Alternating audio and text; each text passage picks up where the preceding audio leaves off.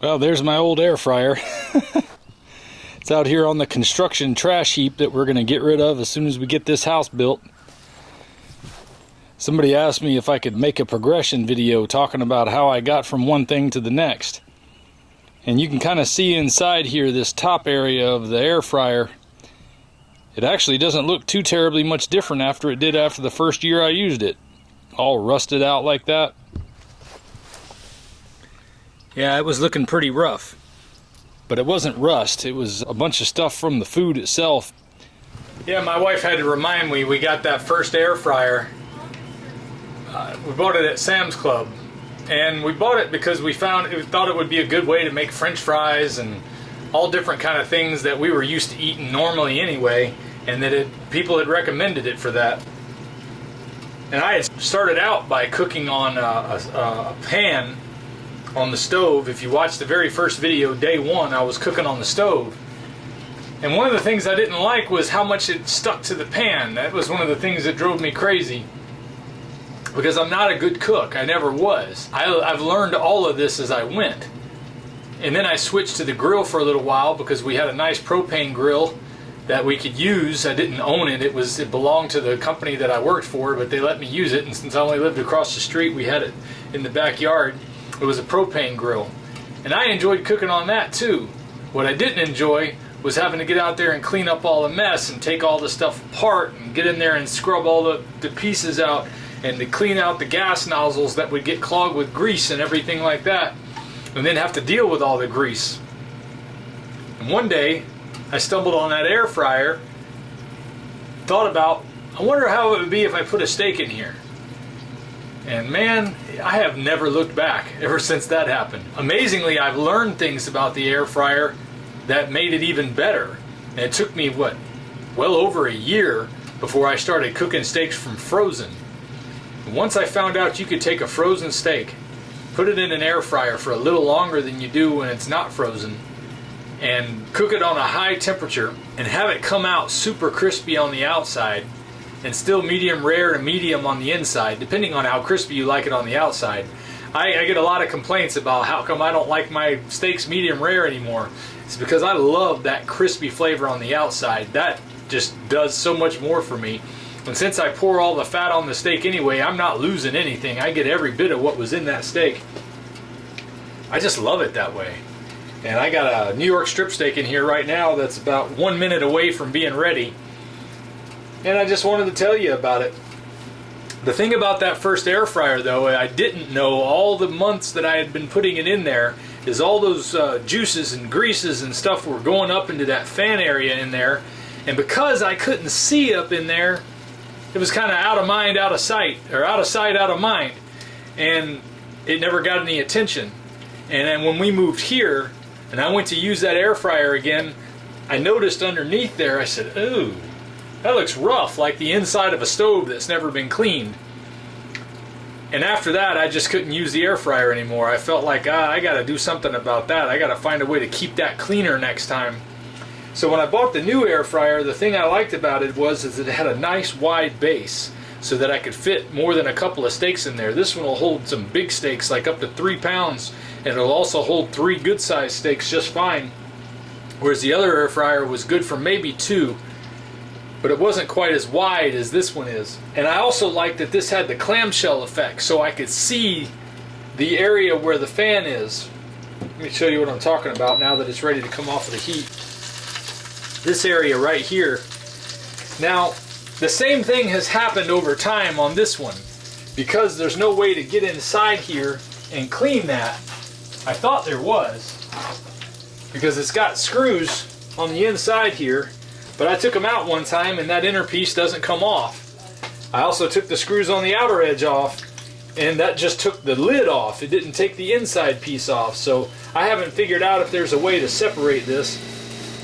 But what I make sure to do after I cook each and every time is I want to clean this area first so that any grease that got on there is going to come off quickly.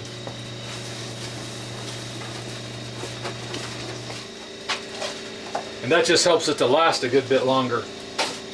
One of these days I'll figure out if there's a way to get that grill off of there, because if I could do that, I could have kept it a lot cleaner and maybe made it last even longer. But the overall ease and functionality of the air fryer has just proven to be fantastic. Way to make steaks when you're always in a hurry like I am, always trying to get things done, got to take care of things around the house, got to get to work, got to spend time with family, got to get some sleep in somewhere. The air fryer makes things a lot easier to do.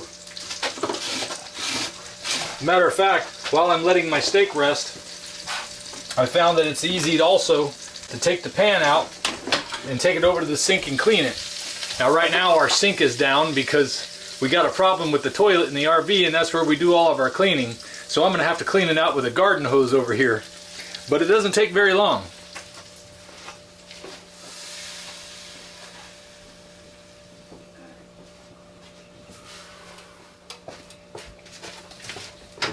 When it's hot like that, the water just kind of pushes all the particles off, so there's not very much left to clean when you're done. And then a couple of paper towels. Well, I say a couple. I already used one on the top, and I got one and a half here, one full size and a half sheet here. But that's usually enough to get off whatever's on there. And you really don't want to scrape these things anyway, because you wind up taking the coating off. I believe it's Teflon. And I hear a lot of complaints about cooking with Teflon. But as long as you don't get the Teflon off, I think it makes a big difference. You know, it's just about impossible to keep everything out of our food from being perfect. Sometimes you just got to say grace over what you're eating so that it'll be safe enough to eat. It's usually easier when I use the sink water because that water's hot too, and that'll help getting the extra fat off of there. But you know, they use fat in soaps, so I don't mind using the fat to kind of clean up the mess too. And then I'll just give it another rinse off when I'm done here. But it's because of this overall quick, easy cooking and quick, easy cleaning that have made the air fryer wonderful. I know there's a lot of grill meisters out there that just think this is sacrilegious. But you know what? I'm not trying to impress anybody with my grilling abilities. I'm just trying to make sure that I can get the food that powers my body and my brain for the lifestyle that I've grown to love. And the air fryer helps me to do that. Matter of fact, about the only problem I really have with this air fryer, aside from that difficulty of cleaning the top, is all the beeping. And a lot of you have complained about that in my videos too, because you hear that beeping, you think yours is going off. I sure do appreciate all of you who have used the Amazon Associates link I have in the description of all my videos that deal with the air fryer, and ordered your own air fryers just like mine, because it gets me a little bit, you know, to help pay for the channel and the cost of doing all these videos. But I just love doing this. I love eating the food, and I love sharing the information with you. I love the new lifestyle that's come from the body this diet has given me, the ability to get out there and exercise and to actually enjoy laborious work. Something I used to try to avoid at all costs. Now, I look forward to it. I know my wife likes that too. She likes having a man who takes care of things around the house. Yes. So ladies, if you're trying to get your man to get up and get some things done, make a mistake. I guarantee you it'll help him get him in the right direction. Well, I made quick work of that. I wanted to come back and tell you about one more thing. Well, two more things. One, why am I using this little knife? Well, with not having a way to wash my big wooden plate that I love so much, I thought it would be a little easier than trying to cut on this paper plate with this big knife. And the other thing I wanted to talk about is something that I've recently discovered how much I love, is the crock pot. The crock pot, if you watch my last videos from all last week, you'll see that I've been using it a lot on a lot of the tough cuts. Ever since I bought that first whole beef that I bought from Big Mo's Cattle, one of the first things I learned is there's a lot of cuts of meat that I don't know how to cook. And then I tried the Carnivore Prime box sometime last year, and it came with a bunch of types of meat that I didn't know exactly how to cook. And I tried doing them in the air fryer. Problem is they were too tough to really be cooking in the air fryer. This little $20-some crock pot has proved to be one of the best purchases I've made to help keep those inexpensive cuts, those tougher cuts of meat like the shoulder, the rump roast, the chuck roast, any of the roasts really for that matter, to be a really good way to cook them and get them nice and soft and tender. And you can see all the videos I posted last week. I'll show you a little footage of them here, the different things that I was cooking with.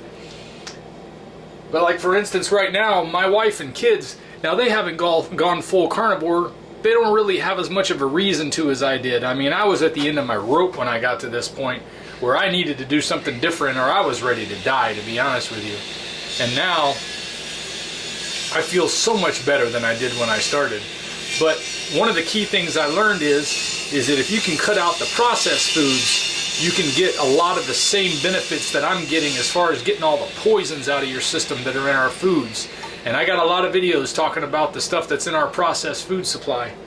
Well, one of the things my wife did here recently after I was done with all that cooking in the crock pot is she took and made a stew here.